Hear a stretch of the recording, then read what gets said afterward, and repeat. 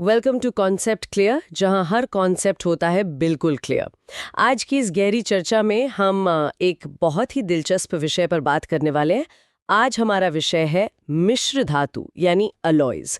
ये क्लास 8 से 10 के लेवल का साइंस का एक बेहद महत्वपूर्ण टॉपिक है और इस चर्चा का मुख्य उद्देश्य यही समझना है कि कैसे साधारण धातुओं को मिलाकर ऐसी अद्भुत चीजें बनाई जाती हैं जो हमारी आधुनिक दुनिया को चला रही हैं।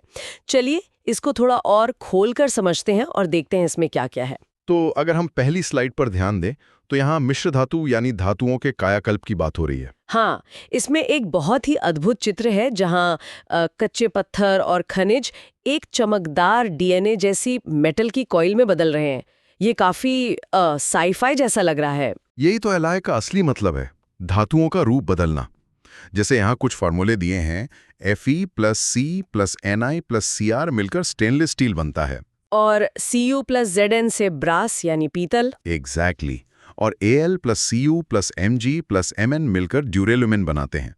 इनका महत्व बहुत बड़ा है, जैसे कंस्ट्रक्शन यानी निर्माण में, ऑटोमोटिव और एरोस्पेस में भी। हाँ, विमान उद्योग और इलेक्ट्रॉनिक्स में इनके बिना तो काम चल ही नहीं सकता।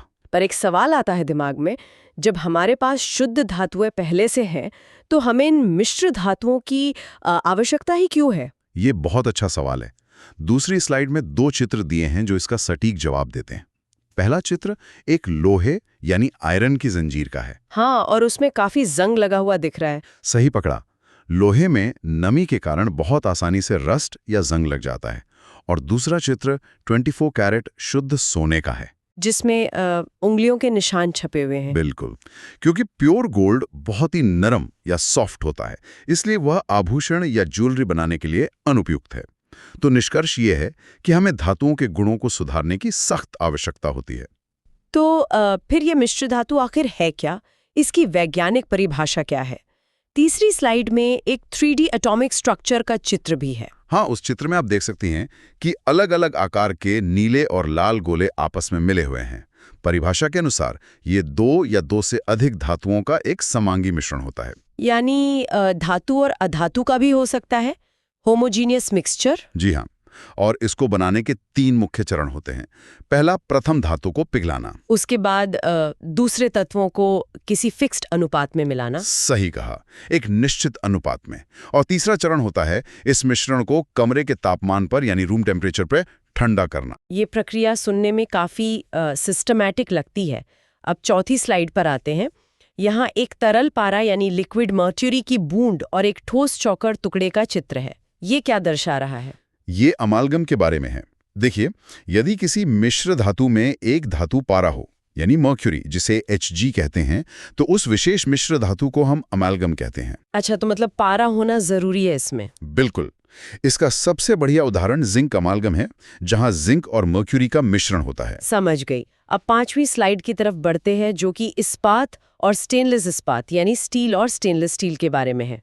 यहाँ चित्र में कच्चा लोहा Fe, निकल Ni और क्रोमियम Cr मिलकर एक चमकदार सर्जिकल ब्लेड या स्कैल्पल बना रहे हैं। ये चित्र बहुत कुछ कहता है। जब हम इन तत्वों को आपस में मिलाते हैं तो जो स्टेनलेस स्टील बनता है उसके गुण बहुत खास होते हैं। जैसे कि ये काफी कठोर होता होगा।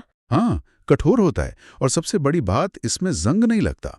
इसी वजह से इसका उपयोग बर्तन बनाने में और शल्य चिकित्सा उपकरण यानी सर्जिकल इंस्ट्रूमेंट्स में होता है। वाह, ये तो सच में काफी उपयोगी है। छठी स्लाइड पर देखते हैं। यहाँ तांबे के तार Cu और जिंक के पाउडर Zn से एक चमकते हुए ट्रम्पेट वाद्यंत्र के बनने का चित्र है। ये पीतल या ब्रास है ना? यहाँ सबसे हैरान करने वाली बात यह है कि 2 साधारण चीजों को मिलाकर एक ऐसी धातु बनती है जिसकी आवाज इतनी सुरीली हो सकती है। तो पीतल के मुख्य गुण क्या होते हैं? ये आघातवार्ध्य यानी मैलिएबल होता है, मजबूत होता है और साथ ही संक्षारण प्रतिरोधी यानी कोरोजन रेजिस्टेंट भी होता है। इसीलिए शायद इसका उपयोग बर्तन और संगीत वाद्यंत्र बनाने में इतना ज्यादा होता है। सही समझा। अब आगे बढ़ते हैं कांसा यानी ब्रॉन्ज पर। 7वीं स्लाइड में चित्र है जिसमें कॉपर Cu और टिन Sn को मिलाकर एक ओलंपिक मेडल बनाया जा रहा है। कांसा दरअसल कॉपर से अधिक कठोर होता है, पर इसकी एक खासियत यह है कि ये विद्युत का कुचालक होता है। Bad conductive electricity, right? जी हाँ, और इसके मुख्य उपयोग मूर्तियां, मेडल और सिक्के बनाने में होते हैं। जैसे चित्र में ओलंपिक मेडल दिखाया गया है। अगली स्लाइड 8वीं स्लाइड है शोल्डर या सोल्डर के बारे में, जिसे जोड़ने वाला तार भी कहते हैं। इसमें एक सर्किट बोर्ड पर बिजली के तारों को वेल्ड करते हुए चित्र है। ये लेड, पीबी और टिन, एसएन का मिश्रण कैसे काम करता है? सोल्डर का सबसे बड़ा गुण इसका कम गलनांक है, यानी लो मेल्टिंग पॉइंट। तो कम तापमान पर ही पिघल जाता होगा। बिल्कुल, और इसी गुण के कारण इसका उपयोग विद्युत तारों की वेल्डिंग के लिए किया जाता है, ताकि आसपास के नाजुक कंपोनेंट्स जल न जाएं। यहाँ पे बात सच में बहुत दिलचस्प हो जाती है। 9वीं स्लाइड सोने की शुद्धता या प्योरिटी ऑफ गोल्ड के बारे में है। यहाँ एक तराजू वाले चित्र में एक तरफ 24 कैरेट सोने का बिस्किट है और दूसरी तरफ 22 कैरेट सोने का हार। देखिए, जैसा हमने पहले देखा, शुद्ध सोना यानी 24 कैरेट बहुत नरम होता है। तो उससे ज्वेलरी बनाना आसान नहीं होता होगा। एकदम सही। इसलिए आभूषण बनाने के लिए 22 भाग सोने में 2 भाग तांबा, सीयू या चांदी, एजी मिलाया जाता है, ताकि उसमें कठोरता आए और खूबसूरत आभूषण गढ़े जा सके। सही कहा। अब 10वीं स्लाइड पर आते हैं, जो मिश्र धातु बनाने के लाभ या बेनिफिट्स ऑफ अलॉइंग को दर्शाती है। तो अभी तक हमने जो भी समझा उसका सार क्या है और इसके मुख्य 4 लाभ क्या हैं जो इन 4 आइकन्स में दिखाए गए हैं। पहला आइकन दर्शाता है कठोरता बढ़ाना, जैसे लोहे से स्टील बनाना। दूसरा है जंग से बचाव, जैसे स्टेनलेस स्टील। और तीसरा गलनांक बदलना होगा, जैसे सोल्डर का उदाहरण था। बिल्कुल। और चौथा आइकन है सौंदर्य और चमक, जैसे आभूषण बनाने में हमने देखा। पर जहां फायदे होते हैं वहां कुछ नुकसान भी तो होते होंगे। इससे एक बहुत महत्वपूर्ण सवाल खड़ा होता है। 11वीं स्लाइड में ट्रेड ऑफ्स या सीमाओं की बात की गई है। यहाँ तारों वाले चित्र का क्या अर्थ है? दरअसल शुद्ध कॉपर बिजली का बहुत अच्छा सुचालक होता है, लेकिन जब इसकी मिश्र धातु बनाई जाती है तो इसकी चालकता कम हो जाती है, यानी रिड्यूस्ड इलेक्ट्रिकल कंडक्टिविटी। सही पकड़ा। शुद्ध धातुएं बिजली की अच्छी सुचालक होती है, लेकिन मिश्र धातुएं आमतौर पर नहीं होती। ये एक समझौता है जो हमें करना पड़ता है। समझ गई। अब 12वीं स्लाइड पर चलते हैं। ये एक चित्र है दिल्ली के ऐतिहासिक लौह स्तंभ या आयरन पिलर का। ये बहुत ही अद्भुत लग रहा है। प्राचीन भारतीय धातु कर्म का चमत्कार। ये वाकई में एक चमत्कार है। इसका समय लगभग 400 ईसा पूर्व का है। इसका वजन करीब 6 टन और ऊंचाई 8 मीटर है। और मैंने सुना है इसमें आज तक जंग नहीं लगा है। यही तो इसकी सबसे बड़ी विशेषता है। सदियों से खुले आसमान के नीचे होने के बावजूद इसमें आज तक जंग नहीं लगा है। ये प्राचीन भारतीय विज्ञान का एक बहुत बड़ा और जीता जागता प्रमाण है। बिल्कुल है। अब 13वीं स्लाइड पर आते हैं, जिसमें एक समरी मैट्रिक्स दी गई है। ये तो एकदम रिवीजन की तरह लग रहा है। क्या आप इस टेबल को उसी क्रम में और उन्हीं शब्दों में थोड़ा स्पष्ट कर सकते हैं जैसा स्लाइड में दिया है? जरूर। तो पीतल या ब्रास के घटक हैं Cu+Zn और उपयोग हैं बर्तन और मूर्तियां।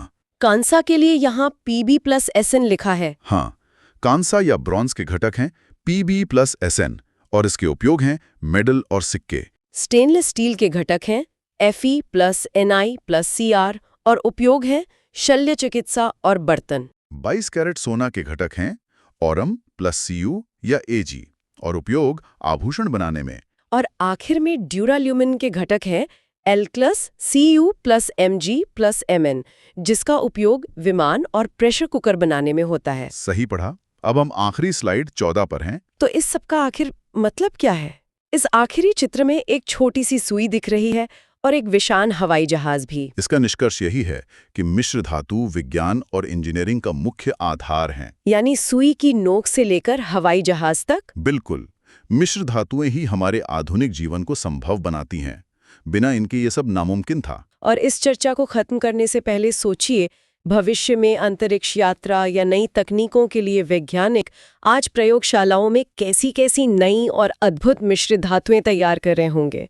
शायद कोई ऐसी धातु जो आज के विज्ञान को पूरी तरह बदल दे। ये वाकई सोचने वाली बात है। ऐसे ही और कॉन्सेप्ट्स को क्लियर करने के लिए कॉन्सेप्ट क्लियर को सब्सक्राइब करना ना भूलें।